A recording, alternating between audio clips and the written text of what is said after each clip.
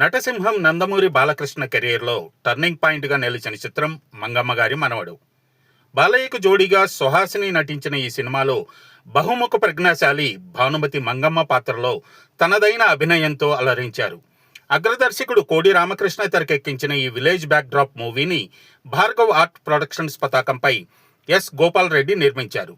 స్వరబ్రహ్మ KV Mahadevan సంగీతం మంగమ్మ గారి మనవడుకు ఓ ప్రధాన బలంగా నిలిచింది.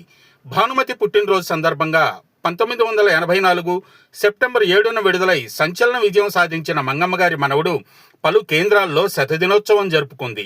అఫీషియల్ పేపర్ యాడ్ ప్రకారం ఆ కేంద్రాల వివరాల్లోకి వెళితే Vijayawada Vijaya, Hyderabad Tarakarama theatre record, Hyderabad Subhash, Secunderabad Manohar, Nizamabad picture palace, Khammam Annapurna, Rajahmundry Ramakrishna theatre record, Kakinada Swapna theatre record, Amalapuram Swapna theatre record, Visakhapatnam Raj Kamal town record, Visakhapatnam Chandrasekhar, Guntur little Krishna theatre record, Vizianagaram Lakshmi Saraswathi, Ongole Srinivasa deluxe, Tenali gaiety theatre record, Chirala Gopalakrishna theatre record, Machilipatnam Ramakrishna theatre record, Gudivada Venkateswara theatre record, Bhimavaram Govardhan theatre record, Tanuku Venkatramaiah theatre record, Tadepalligudem Prabhat, Eluru Satyanarayana, Nellore new talkies, Anantapur Neelam theatre record, Kurnool victory,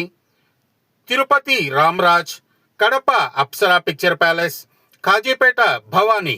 dear viewers, అప్పట్లో మంగమ్మ గారి మనవడు సినిమాని మీరు ఏ టాకీస్లో చూశారో comment బాక్స్లో post చేయండి.